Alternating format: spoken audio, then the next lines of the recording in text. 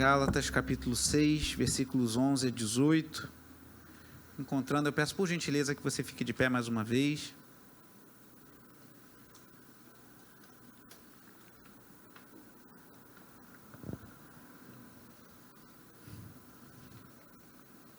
Epístola de Paulo aos Gálatas, capítulo 6, versículos 11 a 18. A conclusão dessa belíssima epístola, na qual temos nos debruçado ao longo dos últimos meses.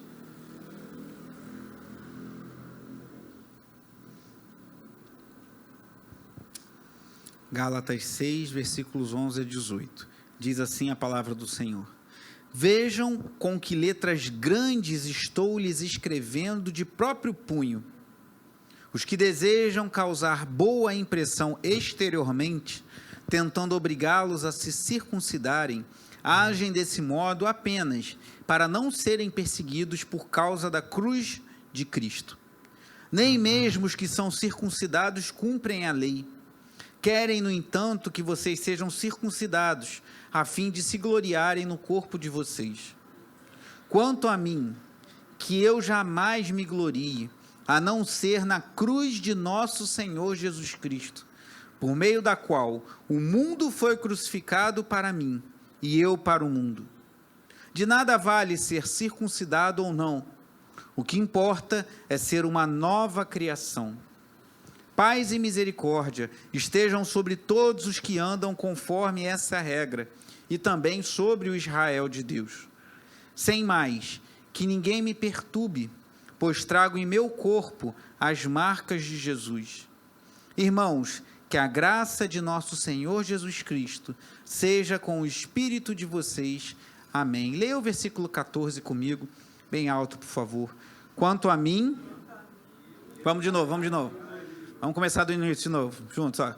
Quanto a mim, que eu jamais me glorie, a não ser na cruz de nosso Senhor Jesus Cristo, por meio da qual o mundo foi crucificado para mim e eu para o mundo. Oremos, irmãos. Pai amado e bendito, te louvo, Senhor, pela tua palavra que é tão rica, tão maravilhosa. Ao me debruçar junto com os meus irmãos sobre essa epístola aos Gálatas, nesses últimos meses, eu fui tão abençoado, tão edificado, tão animado no Senhor, Deus. Te agradeço, pois a tua palavra tem poder, iluminada pelo teu Espírito Santo, em nossos corações, de nos transformar, de nos corrigir, de nos exortar, de nos animar, Deus. E que assim seja essa noite, Deus. Que o teu Espírito Santo venha ministrar aos corações, que o teu Espírito Santo venha, Senhor, falar profundamente aos corações aqui, que estão aqui na igreja, que nos acompanham em seu lar, ou mesmo por meio de uma gravação, que o Senhor fale poderosamente aos corações, e que nós venhamos a nos gloriar somente na cruz de Cristo, nosso Senhor e Salvador. Te louvamos nessa noite, Deus amado e bendito, em nome de Jesus. Amém. Os irmãos presentes podem sentar. Como eu já disse em algumas dessas nossas mensagens sobre a Epístola aos Gálatas, eu comparei como uma caminhada no bosque. Quem conhece aqui a região da Freguesia, conhece o Bosque da Freguesia, e você pode entrar ali pelo shopping e sair lá do outro lado na estrada e caminhar ali por dentro do shopping, do bosque. E o bosque, se você já caminhou por ali ou por um outro bosque, ou por uma floresta, algum lugar assim, tem áreas que são mais abertas, que você vê o céu azul, como cantamos há pouco, essa bela canção falando da crucificação de Cristo nosso Senhor. E tem regiões que as árvores são mais fechadas, e tem regiões que as árvores são muito fechadas e fica tudo escuro, que mesmo de dia, talvez você já tenha passado por algum bosque, alguma floresta assim, que fecha tudo de tal maneira que mesmo de dia você não vê a luz do sol. Então eu comparei a nossa caminhada ao longo da Epístola aos Gálatas com um passeio no bosque, em que por vezes passamos por momentos mais tranquilos, em que era mais fácil de você entender, tinha mais luz para você entender claramente o que o apóstolo queria dizer. Alguns momentos ali, especialmente nos capítulos 3 e 4, era mais denso, mais difícil de você olhar, entender numa primeira leitura o que o apóstolo queria dizer, mas a gente se aprofundando, se debruçando, como fizemos ao longo de toda dessa jornada, você pode descobrir riquezas maravilhosas da palavra de Deus e da mensagem do Evangelho do Evangelho libertador. Eu dei essa série de mensagens do título O Evangelho da Liberdade e a Liberdade do Evangelho. Como cantamos há pouco, a maravilhosa graça de Deus nos alcançou, e isso é libertador, irmãos. E é sobre isso que Paulo fala de forma até muito vigorosa na Epístola aos Gálatas. Então, hoje, concluindo essa nossa jornada por essa maravilhoso trecho da Palavra de Deus, eu queria fazer, a partir do texto mesmo, uma breve recapitulação do que vimos até então, porque o apóstolo Paulo, ele traz umas palavras finais aqui, dos versículos 11 a 18, do capítulo 6, e ele traz alguns elementos que foram já falados ao longo da carta. Então, de forma bem breve, eu queria reforçar algumas coisas que vimos em toda essa jornada pela Epístola aos Gálatas e rever alguns aspectos do que vimos até aqui, dessa carta que é tão profunda, foi tão importante na história da igreja, foi tão marcante, por exemplo, na época da Reforma Protestante. Homens como Lutero e outros reformadores foram profundamente impactados pela mensagem do Evangelho presente aqui na Epístola aos Gálatas. Então vamos nos fazer esse último mergulho, esse último trecho nessa caminhada por esse bosque, por assim dizer, para concluir essa noite a exposição dessa belíssima epístola.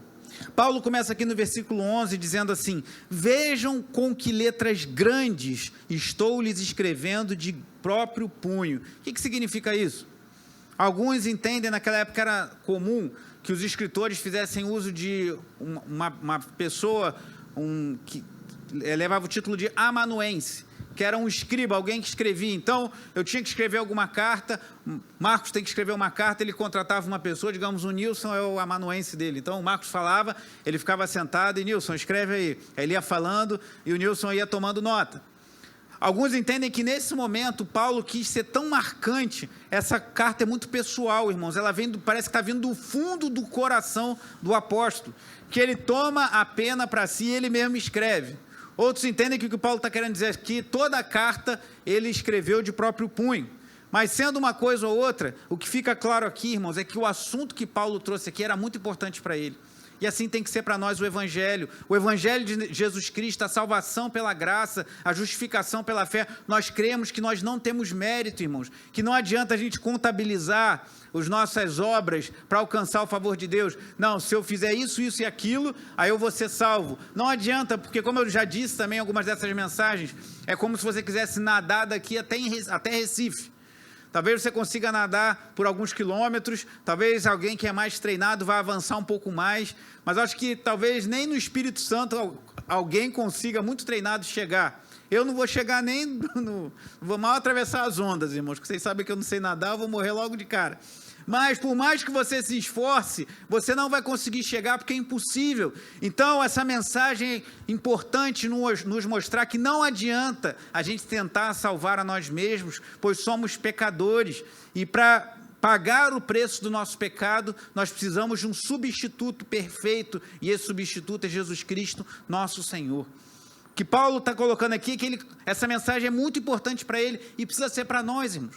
Eu lembro quando eu preguei a primeira mensagem dessa série que fala sobre o verdadeiro evangelho, que como aquilo ardia no meu coração. A gente precisa, irmãos, entender o evangelho. E você não precisa ser teólogo, fazer doutorado em teologia, fazer faculdade de teologia, ler 500 livros, mas a gente entender o evangelho simples e puro, que diz que somos pecadores, que nós não temos como salvar a nós mesmos, mas Deus enviou o seu Filho, o versículo conhecido de João 3,16, que diz o quê? Porque Deus amou ao mundo de tal maneira que deu o seu Filho unigênito, para que todo que nele crê não pereça, mas tenha a vida eterna. Isso é o Evangelho, irmãos. Alguém disse que é uma mini Bíblia esse versículo. Diz que Deus enviou o seu Filho, porque nós não podíamos salvar a nós mesmos. Então nós nos voltamos para Deus de mãos vazias, clamamos a misericórdia, e Ele vem a nós e nos salva. Esse Evangelho precisa ser pregado. De manhã, eu pregando sobre Apocalipse 21, eu falei que um primeiro-ministro da Inglaterra, muito conhecido, muito importante, chamado Winston Churchill, disse certa vez que o estado de decadência da Inglaterra nos dias dele, decadência moral, a Inglaterra passava dias muito difíceis, se dava porque os púlpitos das igrejas não falavam mais de céu e inferno. Então, quando a igreja deixa de pregar sobre céu, deixa de pregar sobre inferno, deixa de pregar sobre pecado e salvação, deixa de pregar o verdadeiro evangelho, isso tem efeito na vida da igreja, no povo da igreja, no povo de Deus e também na sociedade. Então, isso é muito sério, irmãos. O que estamos tratando aqui é uma questão de vida e morte eterna. O evangelho da graça em Cristo Jesus, nosso Senhor. E Paulo entendia isso muito bem.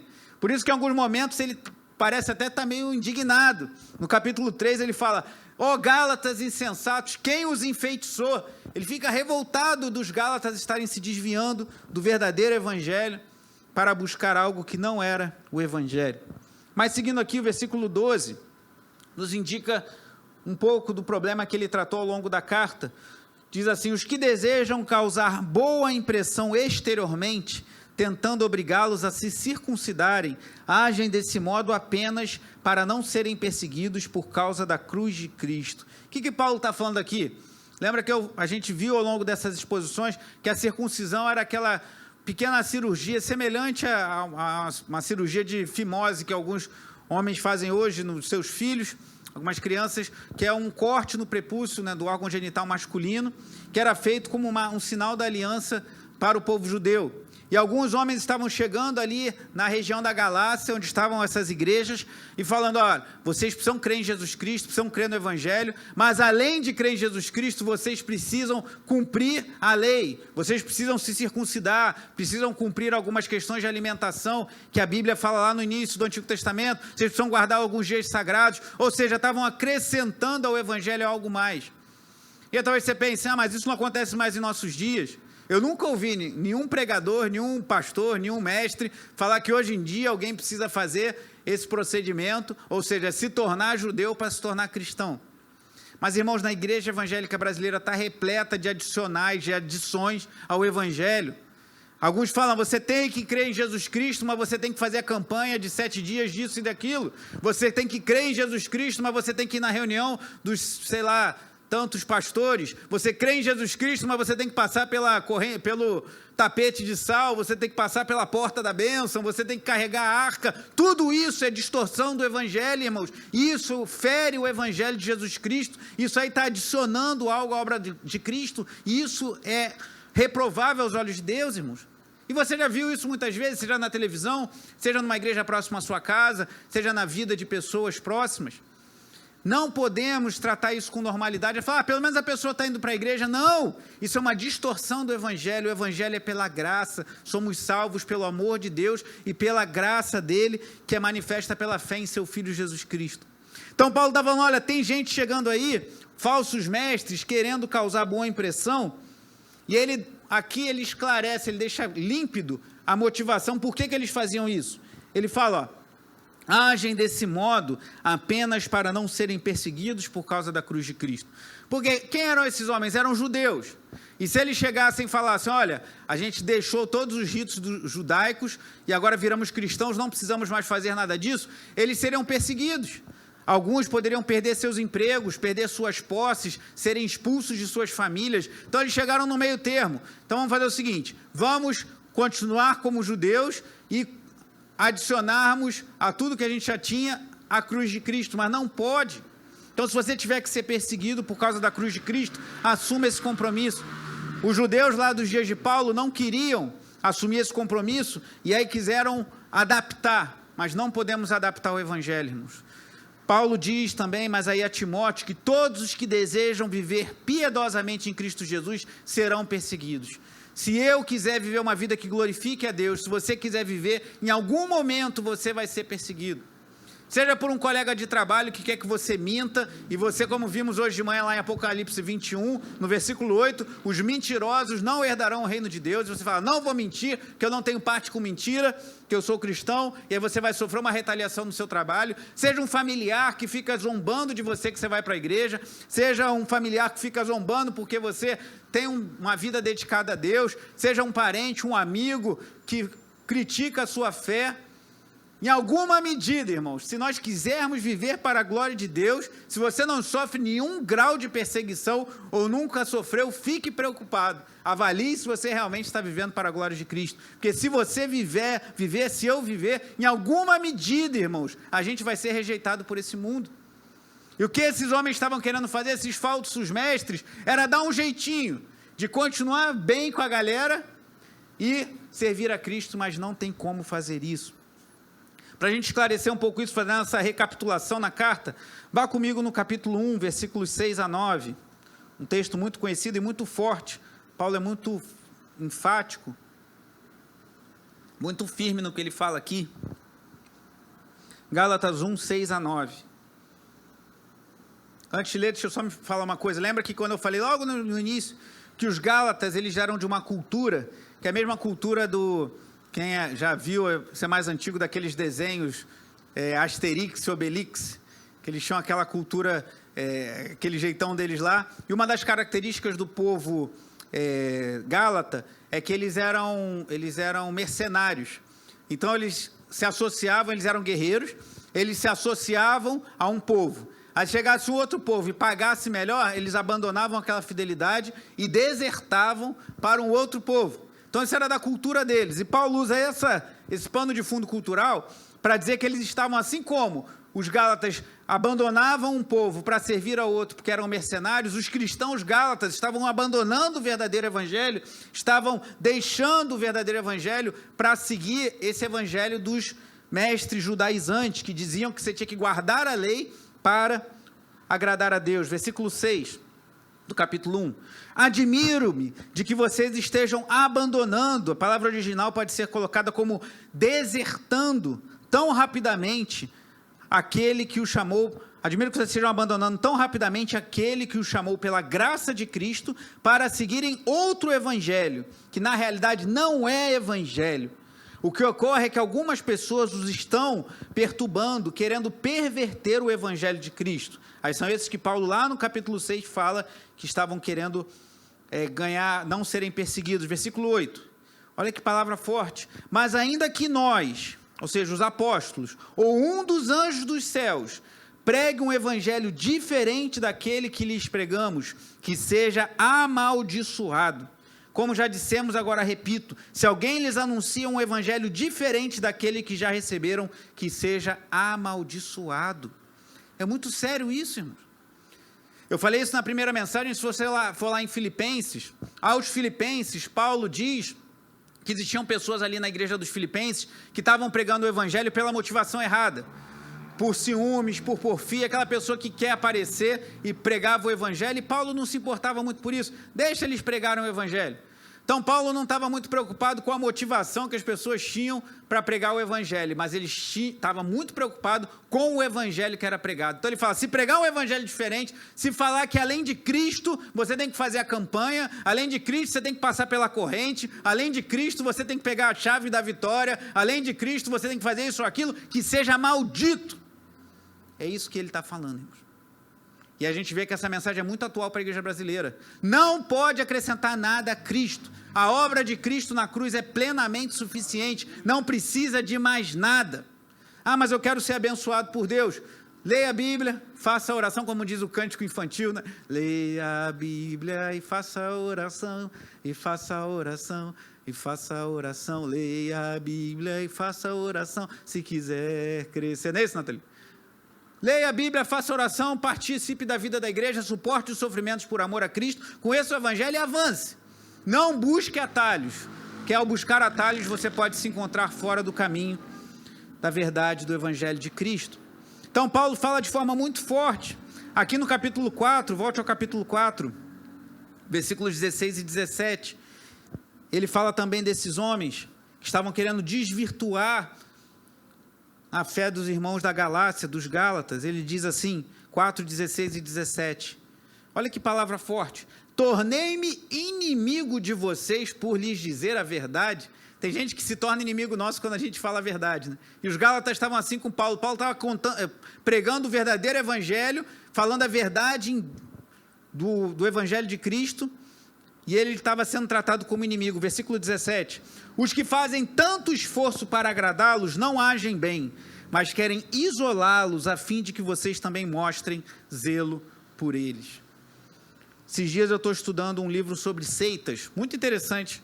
O título do livro é O Império das Seitas. Fala sobre diversas seitas, mas antes o autor dá uma introdução falando sobre várias questões. Ele tem um capítulo que ele fala do aspecto psicológico das seitas. E um dos aspectos psicológicos da seita é que as seitas, elas tentam te isolar e tentam colocar na tua cabeça que eles são os únicos certos, que eles são os únicos que pregam a mensagem verdadeira. Aí tu fala, mas não é isso que a gente está falando? Não é isso que eu estou falando aqui. Estou falando aqui é que há apenas um evangelho.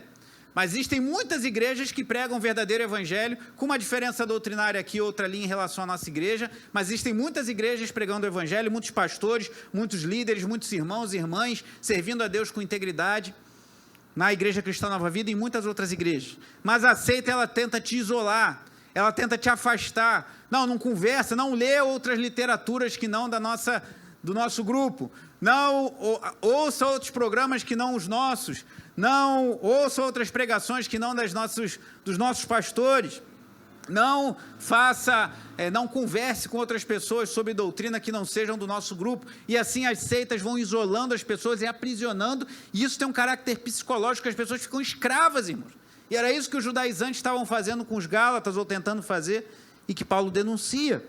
Capítulo 5, Paulo também é bem firme aqui, falando sobre a circuncisão, que nós falamos há pouco, versículos 2 e 3, depois vou pular para o 11 e 12, diz assim, Gálatas 5, 2 e 3, ouçam bem o que eu, Paulo, lhes digo, caso se deixem circuncidar, Cristo de nada lhes servirá. De novo declara, todo homem que se deixa circuncidar, que está obrigado a cumprir toda a lei. Versículo 11, irmãos, se ainda estou pregando a circuncisão, por que continuo sendo perseguido? Nesse caso, o escândalo da cruz foi removido. Quanto a esses que os perturbam, quem dera que se castrassem. Paulo fala com tanta raiva daqueles homens, que quem dera que quando fosse fazer a circuncisão, eles errassem na dose. Vocês entendem o que eu estou dizendo, né? Cortassem além do que, não vou falar mais, mas vocês adultos entenderam. Paulo estava muito indignado, irmãos, porque não podemos acrescentar, irmãos, nada ao Evangelho de Jesus Cristo. Não podemos acrescentar nada, é a salvação pela graça mediante a fé. E Paulo está tratando sobre isso. Então, o versículo 12 dá uma certa resumão de tudo que ele falou aqui sobre a relação com os outros. No versículo 13, voltando ao capítulo 6, ele diz assim, nem mesmo os que são circuncidados cumprem a lei. Querem, no entanto, que vocês sejam circuncidados a fim de se gloriarem no corpo de vocês. O que ele está falando? Aqueles homens queriam atrair seguidores para eles, eles queriam carregar um monte de gente com eles e dizer, está vendo, olha, quanta gente está me seguindo, eles queriam se orgulhar, só que eles eram incapazes de cumprir a lei também. Por quê? Que lei é essa? É a lei de Deus, a lei expressa nos mandamentos do Antigo Testamento. Por que eles eram incapazes? Talvez alguns por serem falsos, por serem mentirosos, falaram, você tem que fazer isso, tem que fazer aquilo, mas eles mesmos não faziam. Mas eu creio que Paulo fala isso, irmãos, porque é impossível cumprir a lei. Porque o propósito da lei não é que a gente cumpra tudo e apresente para Deus, Deus, eu fiz tudo o que o Senhor manda, lá no Antigo Testamento, lá nos 10 mandamentos, nos outros mandamentos da lei, fiz tudo e agora eu posso ser salvo. O propósito da lei não é esse. Então qual é o propósito da lei? Aí volte lá comigo em capítulo 2, versículo 20.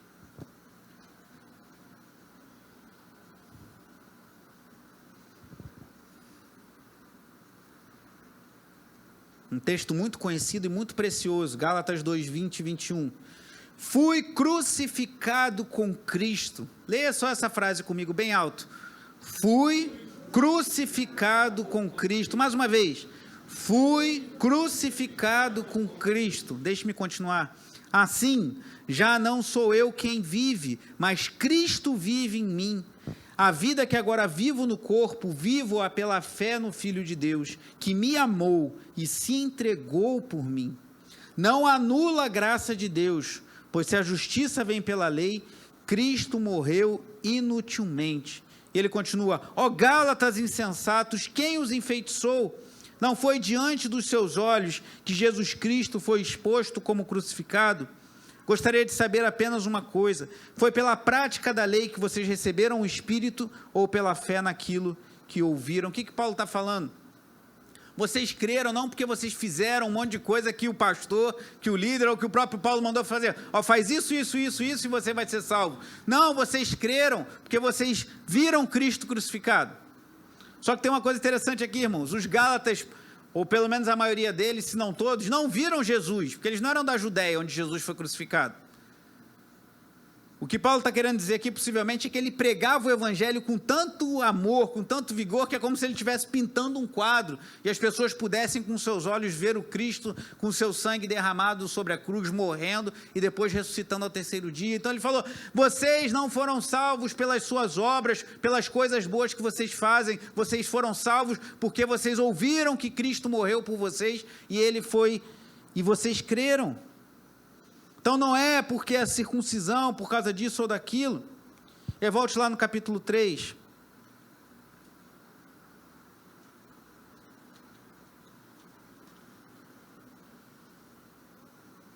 Ele dá o exemplo de Abraão, versículos 6 e 7. Diz assim, Gálatas 3, 6 e 7. Considerem o exemplo de Abraão. Ele creu em Deus, e isso lhe foi creditado como justiça. Estejam certos, portanto, de que os que são da fé, estes é que são filhos de Abraão. Versículo 12. A lei não é baseada na fé, ao contrário, quem praticar essas coisas, por ela viverá. Cristo, olha o que diz o verso 13, Cristo nos redimiu da maldição da lei, quando se tornou maldição em nosso lugar, pois está escrito, maldito todo aquele que for pendurado num madeiro. Isso para que em Cristo Jesus a bênção de Abraão chegasse também aos gentios, para que nós, os gentios, recebêssemos a promessa do Espírito mediante a fé. O que Paulo está falando? Hoje tem gente que fala, vou ter a fé de Abraão, vou ter as nações, minha descendência vai ser como um grão de areia. Essa promessa não é para mim, não é para você, irmãos. Essa promessa é para Abraão. E essa promessa, sobretudo, apontava para o descendente de Abraão, que é Cristo nosso Senhor. Então, nós podemos orar e pedir a Deus que nos abençoe, tudo isso não tem problema, mas a promessa de Abraão era para Abraão, e ela apontava para Cristo que já veio. Então nós somos salvos pela fé, irmãos, e somos descendentes de Abraão, porque somos salvos pela fé. E aí lembrando uma das mensagens, então qual é o propósito da lei? Para que Deus nos deu a lei? Volte ao capítulo 3, versículo 19, nessa nossa recapitulação geral. 3,19 diz assim, Paulo faz essa pergunta, qual era então o propósito da lei? Para que Deus deu tantas regras lá no Antigo Testamento para o seu povo? Ele mesmo responde, foi acrescentada por causa das transgressões, até que viesse o descendente, que é Cristo, a quem se referia a promessa, e foi promulgada por meio de anjos, pela mão de um mediador. Só até aí. O que Paulo está falando? Qual o propósito da lei? Como vimos em mensagens anteriores, Deus coloca todos aqueles mandamentos para nos mostrar que a gente é pecador. Então ela nos empurra, ela nos leva até Cristo. E aí o versículo 24 do capítulo 3 diz assim, a lei foi o nosso tutor até Cristo. O tutor é aquele que te conduz, que te leva. Foi o tutor até Cristo. Versículo 24, para que fôssemos justificados pela fé.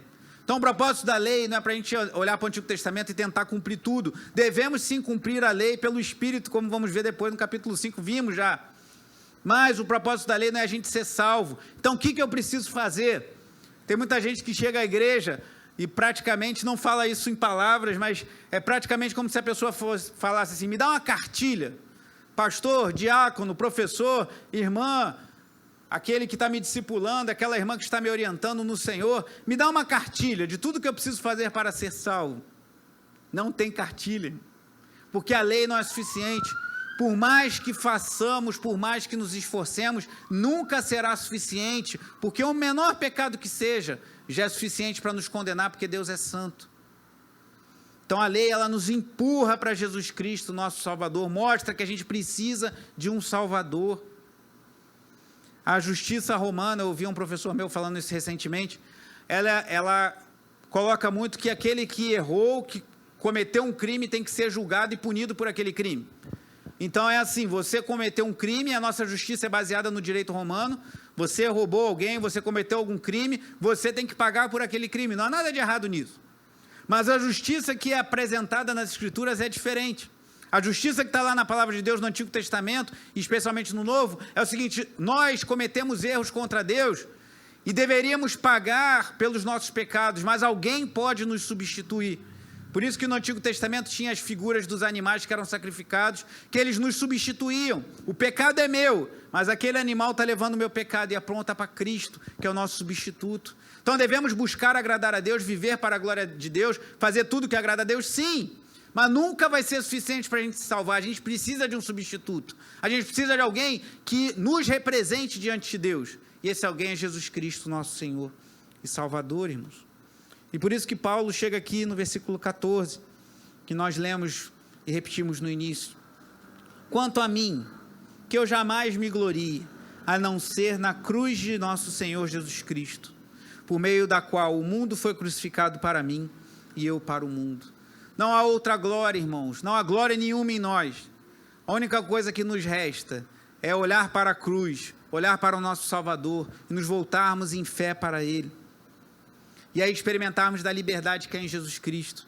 Tem muita gente que, eu até falei numa ilustração aqui ao longo dessas mensagens, que o pastor John MacArthur, ele fez uma ilustração interessante, como se a vida religiosa fossem dois rios que correm paralelos. Talvez alguns lembrem disso. Um rio é o rio da religiosidade, de você buscar fazer tudo certinho para agradar a Deus. É um rio clarinho, límpido, que você olhando assim é muito bonito. Porque é muito bonito você ver a vida de uma vida, você, uma primeira olhada, observar a vida de uma pessoa religiosa. Ela cumpre os seus votos, ela não chega atrasada, ela não deixa de pagar suas contas, ela vai à igreja, ela faz tudo direitinho, ela honra os seus. É muito bonito você olhar numa primeira vista assim. Mas ele diz que esse rio de águas claras, quando você entra nele, ou seja, quando você tenta obter a sua salvação vivendo uma vida religiosa, você é arrastado com violência, que ele tem uma correnteza muito forte, você é jogado contra as pedras e você morre ou morre afogado, que a religiosidade mata, irmãos.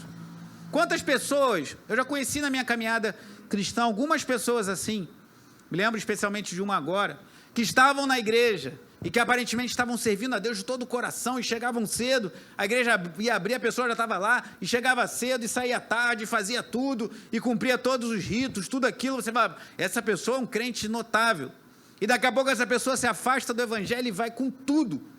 Eu conheci uma pessoa muitos anos atrás, que a última notícia que eu tive, era alguém que estava muito presente na igreja, fazendo um monte de coisa, que estava num carnaval já há anos atrás, tinha desfilado em 2 ou 3 escolas de samba. Saiu da igreja e foi com o pé, o corpo, tudo fundo no pecado. Por quê? Porque aquela pessoa está vivendo uma vida religiosa e a religiosidade mata, irmãos. E o John MacArthur fala, um rio é o rio da religião, o outro rio é o rio da imoralidade, que é um rio sujo, daqueles que se descem nesse rio e se entregam aos prazeres da carne, à imoralidade sexual, à pornografia, a toda sorte de bebedice, de orgias, das obras da carne que Paulo fala. E esse rio, ele não é tão violento, você não sente a violência do religioso. Você vai andando ali e você vai vivendo. Já ouviu falar que algumas pessoas, eu já ouvi essa ilustração, que quando a gente se afasta de Deus, é como se a gente se afastasse de costas. Imagina que Deus está ali no final daqui do santuário e você vai se afastando de Deus, você continua olhando para Deus, mas você não se dá conta que você está se afastando. Assim é o rio da imoralidade, da libertinagem. Você vai começando a ver as coisas e no primeiro momento te choca, esse programa aqui é muito imoral, isso não convém que eu veja. Mas você começa a ficar mais frouxo nos teus padrões morais e daqui a pouco já não te incomoda tanto, daqui a pouco você já começa a ver e aquilo que te incomodava não incomoda mais, você ia para certos ambientes e ficava incomodado, agora já não incomoda mais e você passava 1 hora, queria já sair correndo, agora você fica 2, 3 horas ali, o pessoal está bebendo, se prostituindo, isso já não tem mais problema. Então o rio da libertinagem também nos mata, ele vai nos matando, nos envenenando aos poucos. Então a vida religiosa leva à morte.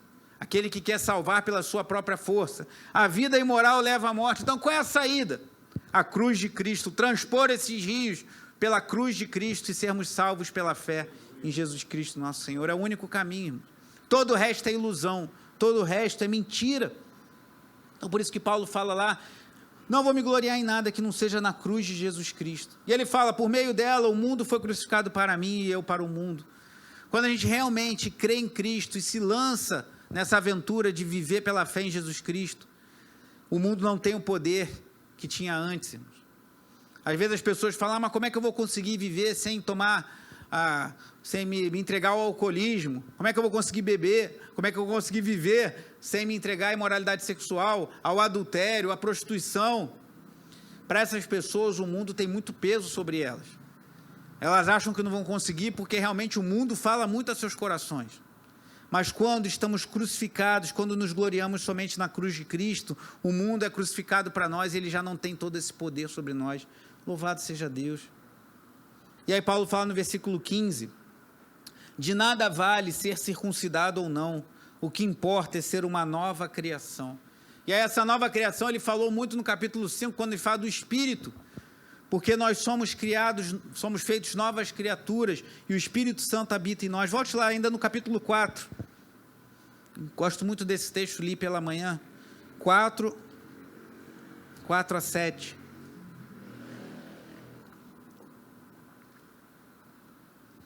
Mas, quando chegou a plenitude do tempo, Deus enviou o seu Filho, nascido de mulher, nascido debaixo da lei, a fim de redimir os que estavam sob a lei, para que recebêssemos a adoção de filhos, ou seja, somos filhos de Deus adotados, fomos aceitos por Deus como filhos, verso 6, e porque vocês são filhos, Deus enviou o Espírito de seu Filho ao coração de vocês, e ele clama, Abba, Pai, assim você já não é mais escravo, mas filho, e por ser filho, Deus também o tornou herdeiro.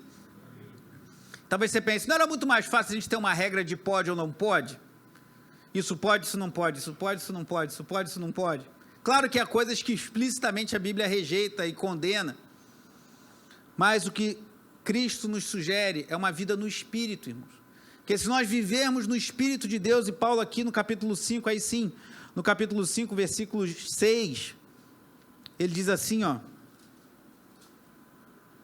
porque em Cristo Jesus nem circuncisão nem incircuncisão tem efeito algum, mas sim a fé que atua pelo amor. Parece muito o versículo 15 que lemos, que fala, ó, de nada vale ser circuncidado ou não, o que importa é ser uma nova criação. Então o que importa para Paulo é sermos nova criatura, é a fé que atua pelo amor. E ainda no capítulo 5, verso 16, ele diz, por isso digo, vivam pelo Espírito, e de modo nenhum satisfarão os desejos da carne. Versículo 18, mas se vocês são guiados pelo Espírito, não estão debaixo da lei. Versículo 25, se vivemos pelo Espírito, andemos também pelo Espírito.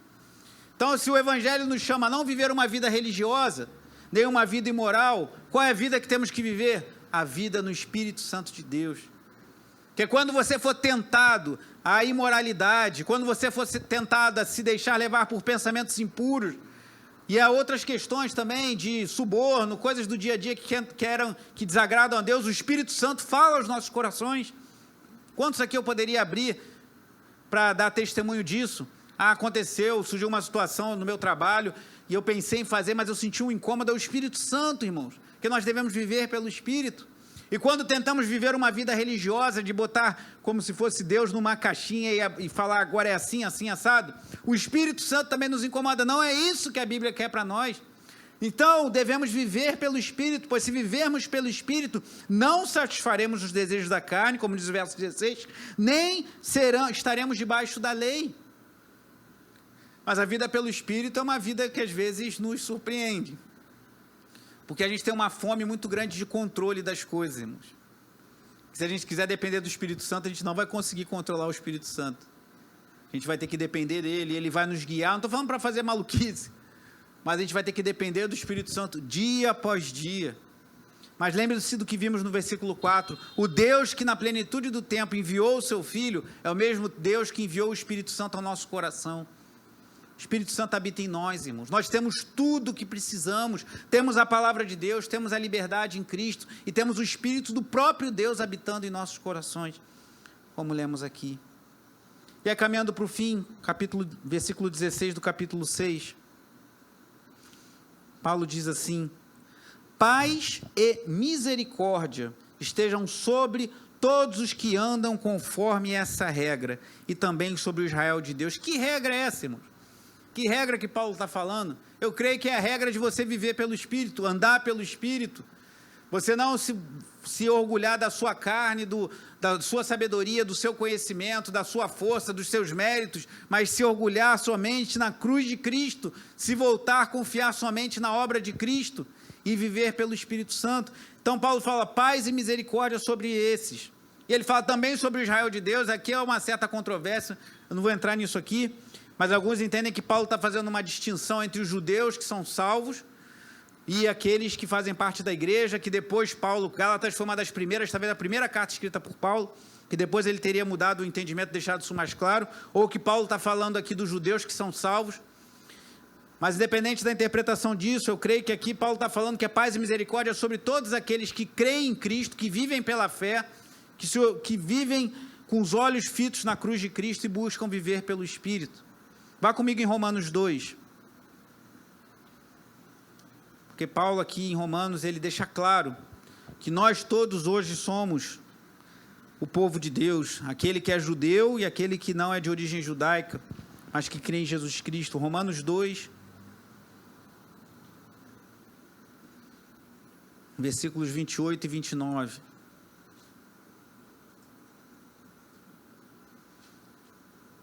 Não é judeu quem o é apenas exteriormente, nem é circuncisão a que é meramente exterior e física. Não, ele é bem forte, é bem firme. Não, judeu é quem o é interiormente, e circuncisão é operada no coração pelo Espírito. Olha o Espírito trabalhando aí, e não pela lei escrita. Para estes que são judeus de coração, que a circuncisão é operada no coração pelo Espírito de Deus, para estes o louvor não provém dos homens, mas de Deus, irmãos. Então, o povo de Deus, aqueles que são do Espírito Santo, que foram habitados pelo Espírito, o Espírito habita em nós, e nós somos o povo de Deus. E aí Paulo conclui já aqui no versículo 17, sem mais, que ninguém me perturbe, pois trago em meu corpo as marcas de Jesus. Que marcas são essas de Jesus, irmão? Muitos estudiosos entendem que Paulo está falando aqui das marcas físicas que ele tinha. Vá comigo em 2 Coríntios, capítulo 11. Volte um pouco aí na sua Bíblia. A carta imediatamente anterior a Gálatas, 2 Coríntios, capítulo 11.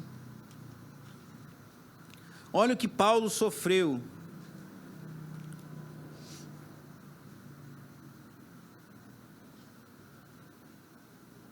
Segundo aos Coríntios, capítulo 11, a partir do versículo 23. Olha o que diz o apóstolo Paulo. Olha o que ele sofreu por amor a Cristo. Segundo aos Coríntios 11, 23. São eles servos de Cristo? Estou fora de mim para falar desta forma. Eu ainda mais. Trabalhei muito mais. Aí ele começa. Fui encarcerado muitas vezes. Fui açoitado mais severamente, exposto à morte repetidas vezes. 5 vezes recebi dos judeus 39 açoites. 3 vezes fui golpeado com varas. 1 vez apedrejado. 3 vezes sofri naufrágio. Passei uma noite e um dia exposto à fúria do mar. Estive continuamente viajando de uma parte a outra. Enfrentei perigos nos rios, perigos de assaltantes, perigos dos meus compatriotas, perigos dos gentios, perigos na cidade, perigos no deserto, perigos no mar e perigos dos falsos irmãos. Trabalhei arduamente, muitas vezes fiquei sem dormir, passei fome e sede, e muitas vezes fiquei em jejum, suportei frio e nudez. Além disso, enfrento diariamente uma pressão interior, a saber, a minha preocupação com todas as igrejas. Então, talvez por ter passado por tanto sofrimento, como diz o verso 24, 5 vezes recebi 39 açoites, que tinha um limite, só podia tomar 40 açoites. Então, davam 39 para depois poder repetir os açoites de novo. Se chegasse a 40, tinha que parar. Então, dava 39, daqui a um pouco dava mais 39. E açoite, irmão, é você virar as costas e tomar a chicotada nas costas. Paulo falou, recebi 5 vezes esse açoite, fui apedrejado, fui golpeado com varas, passei por naufrágio, por fome, jejum. Ele chegou a ser dado como morto uma vez, e certamente essas experiências marcaram a carne de Paulo.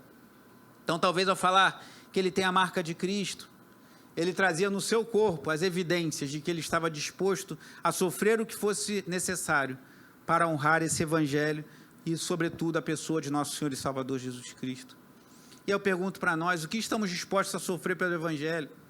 Nos nossos dias, que muitas igrejas pegam um evangelho, como diz o pastor Roberto, o evangelho do chocolate, aquela coisa doce, chega a ser melada, né? Parece aquele chocolate, acho que é 10% de cacau, que é só açúcar e leite, porque é muito meloso, aquela coisa assim para você se sentir especial. Irmãos, nós somos pecadores, mas recebemos a maior graça, o maior presente que qualquer ser humano pode receber nessa vida, que é a salvação em Cristo Jesus. Mas irmãos que creem nesse evangelho fraco, que fala que nós somos merecedores de tudo que é bom nessa vida, não suportam uma luta, uma dificuldade, quanto mais tudo isso que Paulo passou. Mas por ter sofrido daquele jeito, o sofrimento torna a gente mais resistente, irmãos. O sofrimento faz com que a gente dê valor mais às coisas que são importantes. Não é que a gente tem que curtir e valorizar o sofrimento, não. Mas quando nós sofremos e temos um propósito, isso deixa a gente com a casca mais grossa, mais calejado, mais pronto e mais firme nos nossos propósitos. Se eu tiver que perder um emprego porque eu me mantenho fiel a Cristo, eu vou pagar o preço. Se eu tiver que perder amizade, se eu tiver que perder dinheiro, se eu tiver que perder noites de sono, se eu tiver que perder bens, lazeres, prazeres desse mundo, eu estou disposto a isso. Estamos dispostos. E por vezes vamos perder, mas isso finca mais. Parece que as nossas raízes em Cristo ficam mais profundas e Paulo sabia disso muito bem. Então, quanto aqueles falsos mestres estavam querendo cooptar os Gálatas para ganharem fama, para dizerem que estavam carregando um monte de gente, para não serem perseguidos, Paulo fala: eu tenho as marcas de Cristo, fui perseguido por causa de Jesus, eu sei o que é sofrer por causa do Evangelho, mas eu não abandono o meu Senhor. Será que podemos dizer o mesmo? E aí chegamos ao último versículo, que conclui esse capítulo e essa belíssima epístola. E não poderia ser diferente. Paulo fala: irmãos, que a graça de nosso Senhor Jesus Cristo seja com o espírito de vocês. Amém. Termina com uma oração, falando da graça. O que nós precisamos, irmãos, não é descobrir a fórmula para ficar rico, não é aprender os esquemas, os recursos, os métodos para conseguirmos as 7, né? Já viu? Hoje tem muita coisa assim, né? As 7 chaves do sucesso espiritual. Daqui a pouco vai aumentar as 7 mandingas gospel para você ficar rico, para você ser famoso, para você fazer aquilo tudo, para você ter muitos likes no Facebook. Não é isso, irmãos. O Evangelho não é isso. Precisamos da graça de nosso Senhor Jesus Cristo, do favor imerecido dele em nossas vidas, e como vimos no capítulo 16, da paz, que é o que temos com Deus. Qual é a recompensa disso tudo, irmãos? Se nós crermos e vivemos com os olhos fitos na cruz de Cristo, nós temos paz verdadeira, paz com Deus. Jesus disse: a minha paz vos dou, não a paz que o mundo dá, mas a minha paz vos dou. Em misericórdia, porque somos pecadores, e sendo pecadores, o que merecíamos, irmãos? A condenação, mas Deus, em sua misericórdia, em sua graça, Ele vem até nós e nos salva.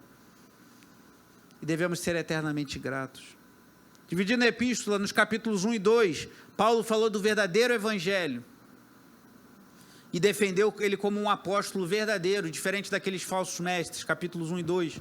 Nos capítulos 3 e 4, ele falou da justificação pela fé e o propósito da lei, que é nos mostrar que somos pecadores e nos empurrar para o descendente de Abraão, para Cristo nosso Salvador. Nos capítulos 5 e 6, ele mostra a liberdade que temos ao vivermos pelo Espírito Santo de Deus. Como tem sido sua vida, meu irmão? Como tem sido sua vida, minha irmã? Você vem para a igreja porque você sempre veio? Você vem para a igreja porque é bom? Porque você tem amigos? Porque você precisa bater cartão espiritual? Não fique em cima do muro na sua vida espiritual. Assuma um compromisso com Cristo, um compromisso que por vezes vai te custar alguma coisa, mas assuma um compromisso firme com Cristo. Se você tiver que ser perseguido, assuma isso. Se você tiver que sofrer retaliações, pague o preço, vai valer a pena. E Paulo, melhor do que qualquer um de nós aqui, sabia disso muito bem, porque ele não queria se gloriar em nada que não fosse na cruz de nosso Senhor, de nosso Salvador Jesus Cristo. Essa cruz que é a nossa salvação. Nessa cruz ele foi morto, irmãos. Nessa cruz ele entregou a sua vida. E hoje, domingo de Páscoa, eu fiquei em dúvida, eu confesso, se concluir essa mensagem hoje ou se trazer uma mensagem específica de Páscoa.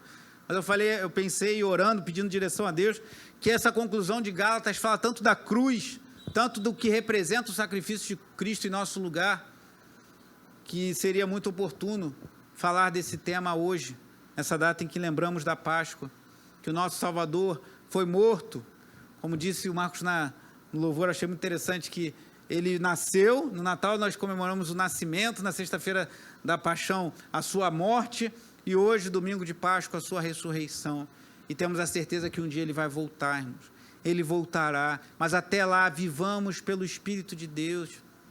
Se a imoralidade tem seduzido seus olhos, seu coração, se você tem cedido à mentira, à impureza, às coisas desse mundo que desagradam a Deus, peça perdão a Deus e peça: Espírito Santo de Deus, me convence do pecado, para que eu não pereça com esse mundo. Porque como vimos de manhã lá em Apocalipse 21:8, os que se entregam à imoralidade sexual, que se entregam à mentira, os que se entregam a uma vida que desonra a Deus, não herdarão o reino de Deus.